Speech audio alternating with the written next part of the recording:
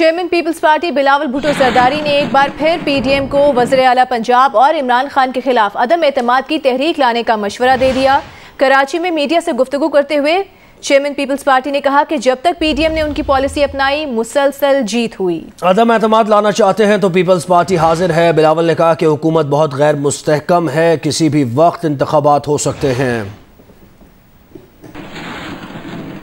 नाइंसाफी वफाकी हुकूमत इस सूबा के साथ, इस शहर के साथ बार बार कर रही है, वो अवाम के सामने है। पिछले मानसून के सीज़न में ये सुना था कि 1100 अरब रुपया वफाकी हुकूमत ने ऐलान किया। 1 साल हो चुका है, 1 रुपया नहीं पहुंचा, 1 ईंट नहीं लगाया गया, 1 कतरा पानी नहीं दिलवाया गया। इन्होंने सिर्फ और सिर्फ कराची और इस सूबे के अवाम को तकलीफ पहुंचाया है और इनको इस बात की तकलीफ है कि पाकिस्तान पीपल्स पार्टी दिन रात मेहनत कर रही है। उनके साजिशें के बावजूद, कम वसाइल के बावजूद, जब तक Pakistan Democratic Movement Peoples Party की बात मान रही थी, पीपल्स पार्टी की पॉलिसी अपना रही थी, तब तक ऑपोजिशन मुसलसल जीत रही थी। अगर ऑपोजिशन मिल के अदम एतमाद पहले बुज़दार के खिलाफ फिर इमरान खान के खिलाफ लेकर आते हैं तो कल हुकूमत गिर जाएगी। ये बहुत अनस्टेबल हुकूमत है और हम समझते हैं कि किसी भी वक्त आम इंतखाबात हो सकते हैं।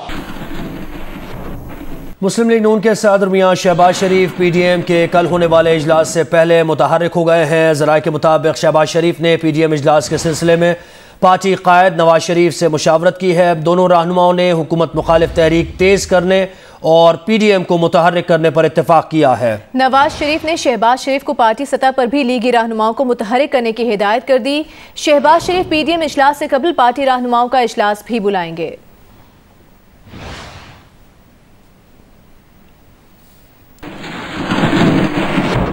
वज़ीर आज़म इमरान खान कहते हैं गरीब ममालिक का मसला है कि करप्ट साहिब इक़्तिदार मुल्क से पैसा चोरी करके बाहर भेज देते हैं। पाकिस्तान में मनी लॉन्ड्रिंग रोकने की कोशिश कर रहे हैं। कोशिश है गैर कानूनी तौर पर डॉलर मुल्क से बाहर ना जाएं। कराची शिपयार्ड में ship lift and transfer system की इफ्तिताही तकरीब से खिताब करते हुए वज़ीर आज़म का कहना था कि अफसोस होता है कि पाकिस्तान जिस तेज़ी से ऊपर जा रहा था वहाँ तक न पहुँच सका। हम बैरूनी कर्ज़ों पर इन्हिसार करने वाली दरामदाद पर मबनी मईशत बन गए।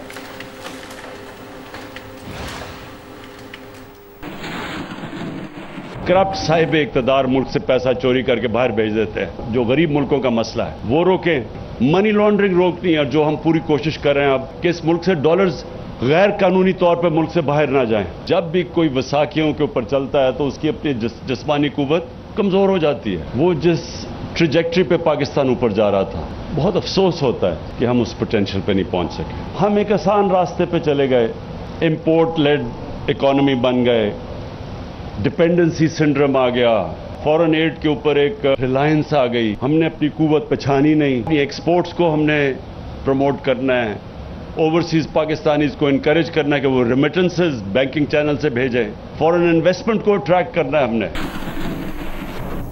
बलूचिस्तान के इलाके सोमियानी में तकरीब से खिताब करते हुए वज़ीर आज़म इमरान खान ने कहा कि माजी में वफाक और सूबे दोनों के हुक्मरानों ने बलूचिस्तान पर तवज्जो नहीं दी। ऐसे भी हुक्मरान हैं जो बलूचिस्तान आने से ज़्यादा लंदन के मशहूर स्टोर गए। अब उनकी हुकूमत बलूचिस्तान को तरक्की देगी। जो जान साहब आप कह रहे थे पीछे रह गया, पीछे इसलिए रह गया कि ना फेडरल गवर्नमेंट ने कभी तवज्जो दी जो देनी चाहिए थी। इतना बड़ा इलाका था, कभी किसी ने सोचा ही नहीं। हमारे ऐसे ऐसे हुक्मरान हैं जो लंदन की एक हैरिट्स दुकान है उधर ज्यादा गए हैं बनस्बत बलूचिस्तान साल में आने का। ना तो उन्होंने तवज्जो दी, लेकिन मुझे अफसोस से कहना पड़ता है कि बलूचिस्तान के जो अपने भी आपके लीडर्स थे उन्होंने भी बलूचिस्तान को उस तरह की तवज्जो नहीं दी। हमने अब पूरी तरह बलूचिस्तान को अब हमने आगे लेके आना। तर्जुमान सिंध हुकूमत और एडमिनिस्ट्रेटर कराची मुर्तज़ा वहाब का कहना है कि वज़ीर आज़म का आज कराची की डेवलपमेंट के हवाले से कोई इजलास नहीं था, इसीलिए वज़ीर आला सिंध और एडमिनिस्ट्रेटर कराची को नहीं बुलाया गया। आज जहाँ तक मेरी इत्तलात हैं कि वज़ीर आज़म कराची तो बिल्कुल आए थे, लेकिन उनका कराची की डेवलपमेंट के हवाले से या कराची ट्रांसफॉर्मेशन प्लान के हवाले से कोई इजलास नहीं था, जिसमें नेचुरली जब इजलास नहीं था तो ना वज़ीर आला को मदऊ किया गया, ना एडमिनिस्ट्रेटर कराची को मदऊ किया गया। गालिबन वो डॉकयार्ड पर आए थे और डॉकयार्ड का इवेंट अटेंड करने के बाद वो बलूचिस्तान रवाना हो गए। जुडिशल कमीशन ने जस्टिस अहमद अली शेख को सुप्रीम कोर्ट में एडहॉक जज लगाने की सिफारिश कर दी। ज़राए के मुताबिक हतमी मंजूरी के लिए मामला पार्लिमानी कमेटी बराए जजेस तकर्रुरी को भिजवा दिया गया। सिंध हाई कोर्ट के chief justice Ahmed Ali Shaikh ad hoc तकर्रुर से मुआज़रत कर चुके हैं। जुडिशल कमीशन ने 4 के मुकाबले में 5 वोटों की अक्सरियत से तैनाती की सिफारिश की। अटॉर्नी जनरल खालिद जावेद का जुडिशल कमीशन में जमा कराया गया तहरीरी जवाब अटॉर्नी जनरल की Chief justice Sindh high court की सुप्रीम कोर्ट की तैनाती से मुतालिक मशरूत रजामंदी सामने आई। अटॉर्नी जनरल ने अपनी राय chief justice Sindh high court की रजामंदी से मशरूत कर दी। Chief justice Sindh high court ad hoc जज तैनात होने पर रजामंद हैं तो हिमायत करता हूँ, ये कहा गया अटॉर्नी जनरल की जानिब से। उनकी राय है कि Chief justice Sindh high court ad hoc जज तैनात नहीं होना चाहते तो आइन इस बारे में खामोश है। Chief justice Sindh high Court Sindh की अवाम के मफाद को मद्देनजर रखकर अपना फैसला करें। अदाकारा और मॉडल इफ्रा खान को लाहौर में FIA साइबर क्राइम विंग ने गिरफ्तार कर लिया। मॉडल इफ्रा खान पर एक बिजनेसमैन को ब्लैकमेल करने का इल्जाम है। FIA साइबर क्राइम विंग के मुताबिक मॉडल इफ्रा खान बिजनेसमैन से 1 करोड़ रुपए भत्ता मांग रही थी और अब तक बिजनेसमैन से 3 लाख रुपए हथिया चुकी थी। FIA साइबर क्राइम विंग ने मॉडल इफ्रा खान के खिलाफ मुकदमा दर्ज कर लिया।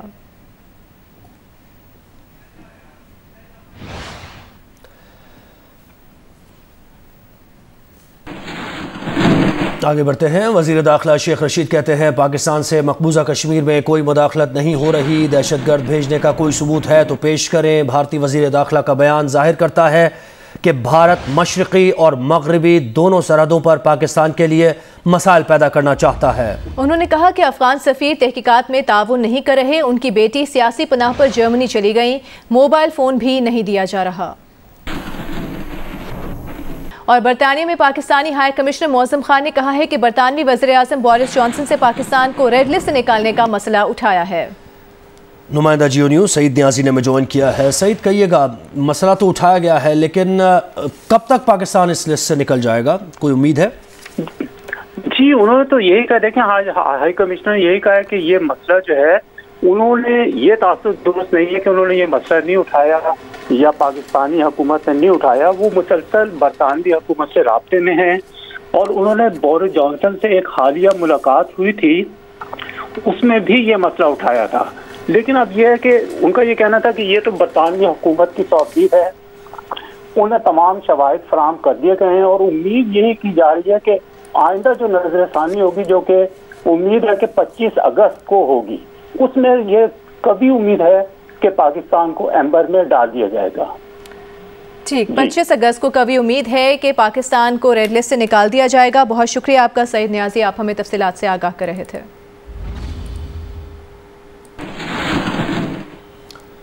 मुहर्रम उल हराम के लिए NCOC की तरफ से खुसूसी हिदायत जारी कर दी गई हैं। ये हिदायत मुतल्लिका उलमा की सिफारिशात को मद्देनज़र रख कर जारी की गई हैं। NCOC की हिदायत के मुताबिक तमाम मजालिस और जुलूस कोरोना SOPs के तहत मुनक्किद किए जाएंगे। मजालिस और जुलूसों के दौरान मास्क का इस्तेमाल यकीनी बनाया जाएगा। मजालिस और जुलूसों के दौरान समाजी फासला, थर्मल स्क्रीनिंग यकीनी बनाई जाएगी। घरों में निजी मजालिस से इज्तनाब किया जाएगा। मजालिस और जुलूसों के मकामात पर हैंड सैनिटाइजर्स और मास्क मुहैया किए जाएंगे। मजालिस हवादार और खुले कमरों में मुनक्किद की जाएंगी। मजालिस और जुलूसों के दौरान कोरोना SOPs को नुमायां आवेजा किया जाएगा। Army chief general Qamar Javed Bajwa से चीन के सफीर नोंग रोंग ने मुलाकात की है। मुलाकात के दौरान बाहमी दिलचस्पी, दिफाई इश्तराक के उमूर पर तबादला ख्याल किया गया। ISPR के मुताबिक मुलाकात के दौरान CPEC और इलाकाई सिक्योरिटी के उमूर पर तफसीली बातचीत की गई। चीनी सफीर ने अयादा किया कि चीन बतौर स्ट्रेटेजिक पार्टनर पाकिस्तान की हिमायत जारी रखेगा। आर्मी चीफ और चीन के सफीर की मुलाकात के दौरान DG ISI लेफ्टिनेंट जनरल फैज़ हमीद भी मौजूद थे। Army chief general Qamar Javed Bajwa से चीन के सफीर नोंग रोंग की मुलाकात हुई है। मुलाकात के दौरान बाहमी दिलचस्पी, दिफाई इश्तराक के उमूर पर तबादला ख्याल किया गया।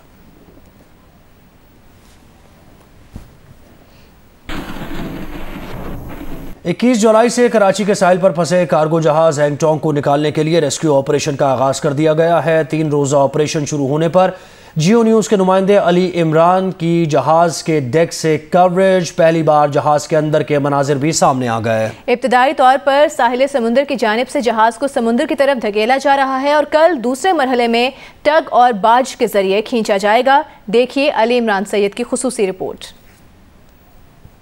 जी, जियो न्यूज़ की टीम 21 जुलाई को सीव्यू पे फंसे हैंगटोंग पे पहुंचने में कामयाब हुई है। 10, 11 और 12 यानी आज, कल और परसों इस जहाज को निकालने के ऑपरेशन किया जा रहा है। Manora Port Control, did you copy my message? Yeah, Hangtong, I copy your message, but we are sorry to tell you there is no assistance for you. Seaview साहिल के मुतवाजी लग जाने वाले हैंगटोंग जहाज को निकालने के लिए ऑपरेशन शुरू हो गया। जहाज के हेड से वायर्स बांधकर साहिल में मौजूद विंच के जरिए इसे समंदर की जानिब धकेला जा रहा है। बिपरे हुए पानी में जहाज धकेलने के लिए जहाज के करीब एंकर्स डाले गए हैं। इन एंकर से जुड़े ताकतवर वायर्स जहाज के हेड और साहिल पर मौजूद विंचिंग मशीन से मुंसलिक हैं। लेकिन आज बार्ज और टग्स की मदद न होने के सबब भरपूर ऑपरेशन शुरू न हो सका। आज विंचिंग मशीन के जरिए जहाज को कई मीटर समंदर की जानिब धकेल दिया गया। समंदरी पानी की ताकत से जहाज मुसलसल हिचकोले खा रहा है। मंगल को बार्ज पर मौजूद विंचिंग मशीन के वायर्स से भी जहाज को समंदर की जानिब खींचा जाएगा। समंदर में मौजूद ताकतवर टग्स भी जहाज को साहिल से दूर खींचेंगे।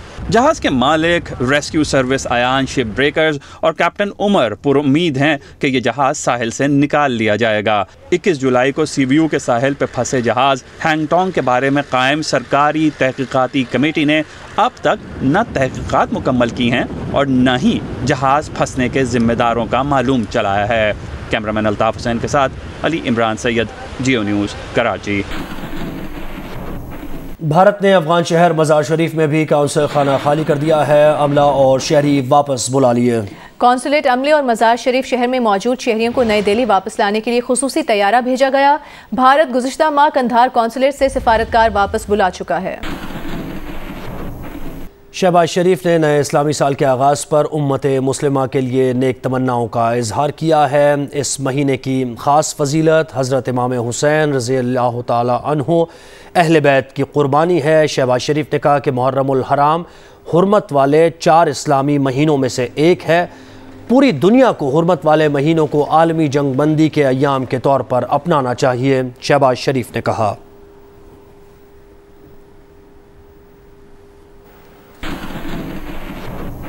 वज़ीर-ए-आज़म की ज़ेर सदारत कराची ट्रांसफॉर्मेशन प्लान के तरक्याती मनसूबों की पेशरफ पर जायज़ा इजलास हुआ। वज़ीर-ए-आज़म को कराची से मुतालिक मुख्तलिफ मनसूबों पर ब्रीफिंग दी गई।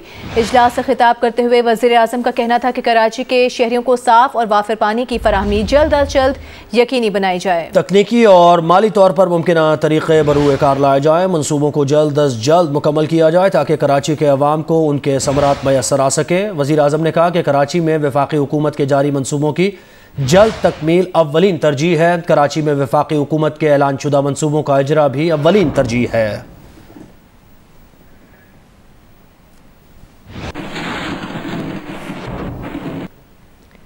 मुल्क भर की तरह पेशावर में भी जश्न आज़ादी की तैयारियां जोशो जज्बे के साथ जारी हैं। तफसीलात बता रहे हैं पेशावर से जियो न्यूज़ के नुमाइंदे रिजवान यूसुफ से।